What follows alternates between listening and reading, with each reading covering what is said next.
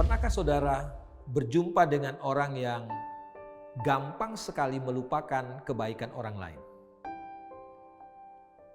Kalau kita berjumpa dengan orang seperti ini, kemungkinan kita akan menyebut mereka sebagai kacang lupa kulitnya. Tetapi itulah realita yang terjadi di dalam kehidupan kita. Banyak sekali orang yang gampang melupakan perbuatan baik orang kepada dirinya. Bapak Ibu saudara yang dikasihi Tuhan, Alkitab mencatat bahwa Tuhan kita adalah Tuhan yang kaya dengan kebaikan. Tuhan kita adalah Tuhan yang selalu menyediakan rahmat, kasih karunia-Nya, anugerah-Nya buat setiap kita. Mungkin saudara ingat firman Tuhan yang berkata begini, rahmat Tuhan selalu baru setiap pagi. Artinya setiap hari Tuhan menyediakan, Tuhan memberikan kasih karunia-Nya, anugerah-Nya, kebaikan-Nya, kemurahan-Nya buat setiap kita. Tetapi persoalannya di sini bahwa jangan-jangan kita seperti kacang lupa kulitnya tadi.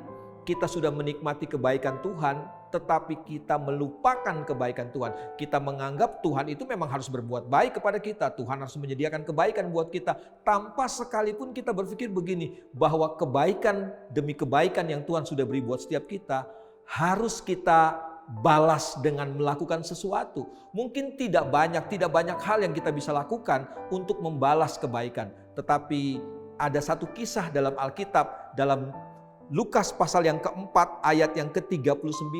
Ayat itu berkata begini, maka ia berdiri di sisi perempuan itu, lalu menghardik demam itu, dan penyakit itu pun meninggalkan dia. Perempuan itu segera bangun dan melayani mereka.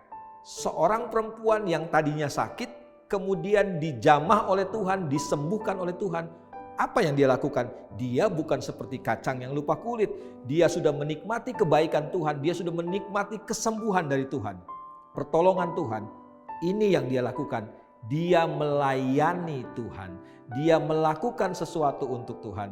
Banyak orang berkata, saya nggak bisa Pak, saya nggak bisa melakukan ini, saya nggak bisa melayani Tuhan. Saya percaya, saya mengerti tidak semua kita cakap melakukan pekerjaan-pekerjaan pelayanan. Tetapi justru dengan itu, 2 Korintus pasal yang ketiga katakan begini, bahwa karena kesanggupan kita adalah pekerjaan Tuhan. Kita semua nggak sanggup, tetapi percayalah begini, kalau Tuhan bekerja dalam hidup setiap kita, kita pasti sanggup. Kalau kita melayani Tuhan, kita akan menikmati banyak sekali pekerjaan Tuhan dalam hidup kita dan melalui kehidupan kita, sehingga kita sanggup melakukan semuanya itu. Saya pikir kita sudah menikmati